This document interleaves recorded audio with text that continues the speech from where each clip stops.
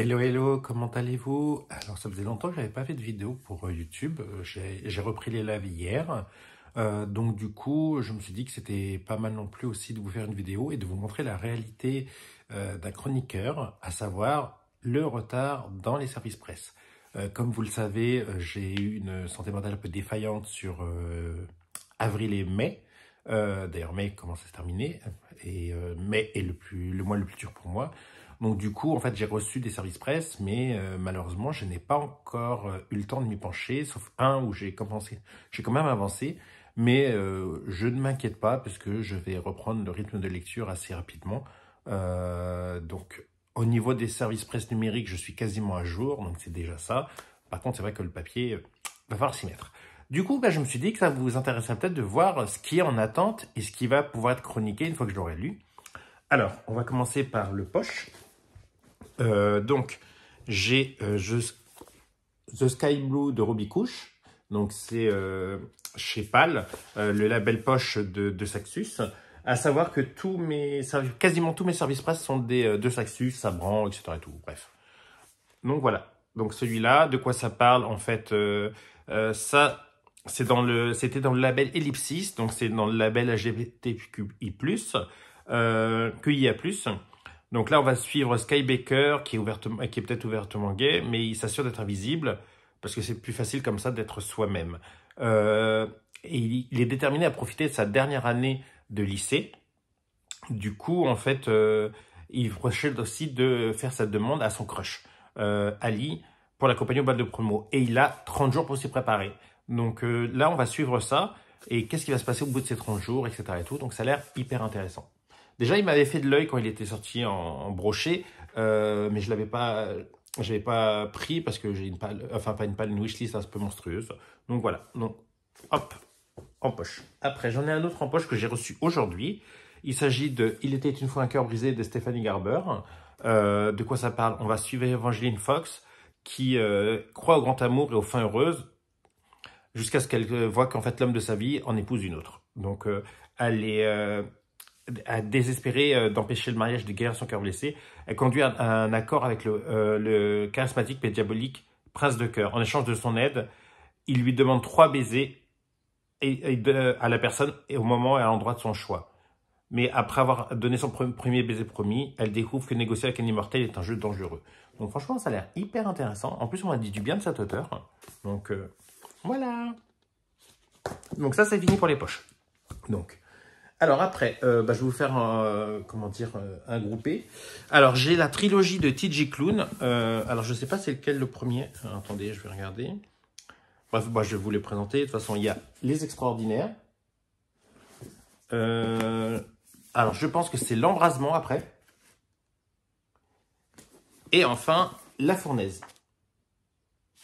Donc, alors, d'ailleurs, celui-là, je l'ai reçu en double, donc n'hésitez pas à suivre ma page Instagram parce qu'il y aura un concours très prochainement pour pouvoir le faire gagner.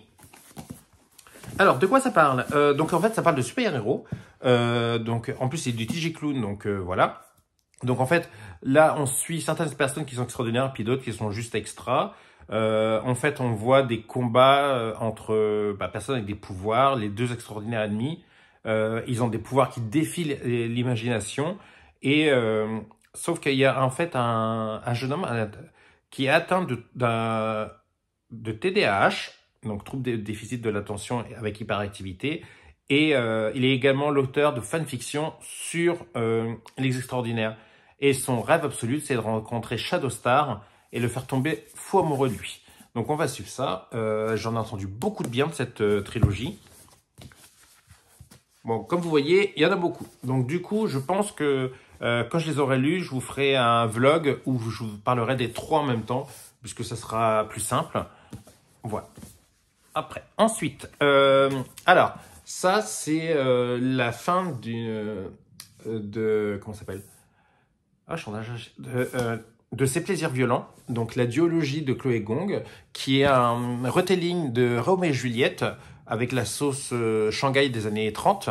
J'avais vraiment beaucoup aimé le premier, premier tome.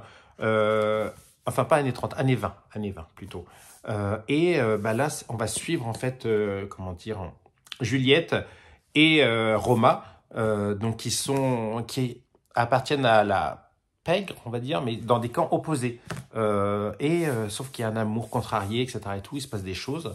Donc c'est hyper intéressant. En plus, c'est super bien écrit. Donc ça, c'est le tome qui finit la duologie, tout simplement. Voilà, c'est le second tome. Après, nous avons en fait... alors, c'est un second tome aussi. C'est le deuxième tome des Sorcières d'Or, donc Impératrice Écarlate. Comme vous voyez, j'ai déjà commencé à le lire. D'ailleurs, j'ai un beau marque-page. Regardez, ça c'est beau.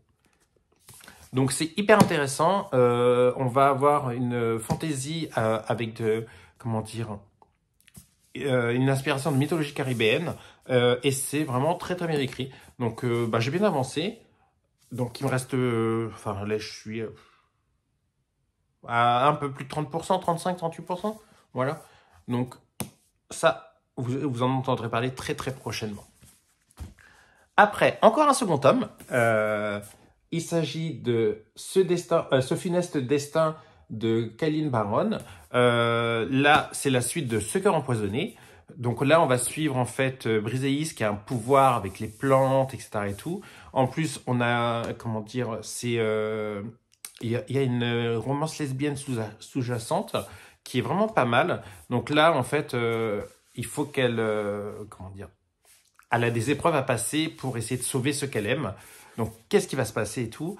Le premier tome, ça avait été un page-turner. Donc là, le second, je pense que ça va l'être. En plus, la couverture, vous voyez, elle est magnifique.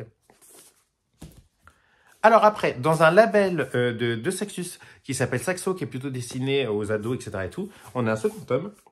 Donc, La tour à la lisière du temps de Amy Sparks. Alors, ça, c'était le premier tome. C'était vraiment hyper sympa. Super bien adapté pour les enfants. Franchement, ça se dévore. En fait, vous passez un très bon moment. Et puis, en plus, vous pouvez passer à votre fille ou votre fils. Il passera un excellent moment aussi.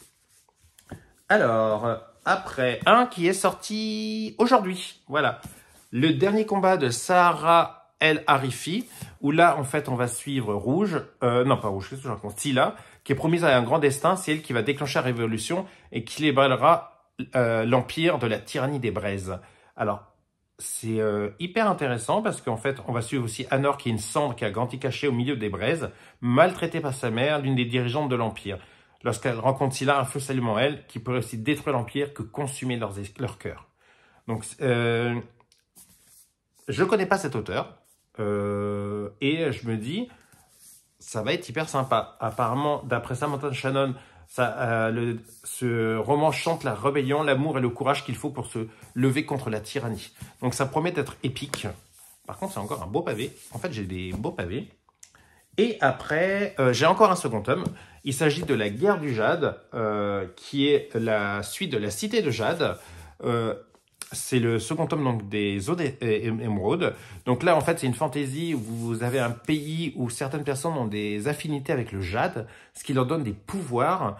Et, comment dire, il y a des dissensions politiques, etc. et tout. Parce qu'en fait, les autres pays n'ont pas d'habitants qui ont des affinités avec le jade. Et ça, c'est vachement bien construit parce qu'en fait, on a vraiment une intrigue politique, etc. Parce que le pays, comment il doit être face aux autres. Ce qui se passe aussi en sous-marin, parce que bien entendu, il y en a qui veulent avoir les pouvoirs du jade. Donc, ils essayent de développer quelque chose pour pouvoir avoir ces pouvoirs. Donc, premier tome, hyper intéressant. Et le second tome promet aussi d'être hyper intéressant. Et enfin, dans mes services presse, nous avons donc deux services presse qui viennent de Young Novel. Alors, nous avons Le prix du savoir de Brittany Morris. De quoi ça parle? On va suivre Alex Rufus qui a 16 ans, qui s'efforce de toujours faire de son mieux, d'être un employé modèle, etc. et tout. Et pourtant, il a des visions du futur. Le moins de contact avec un objet lui fait déclencher une prémonition. Et la pression de savoir les événements à l'avance, ça l'empêche de vraiment avancer.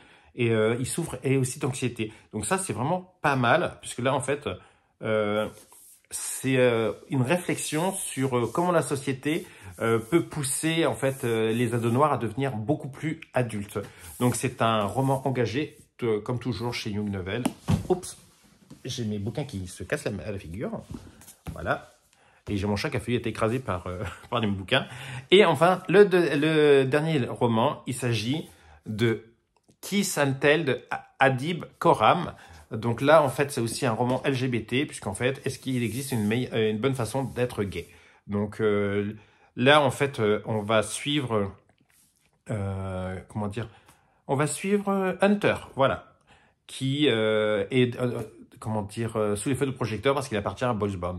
Donc ça, en fait, ça va être hyper intéressant. En plus, cet auteur, on m'a dit que sa plume était formidable, donc j'ai hâte de le découvrir.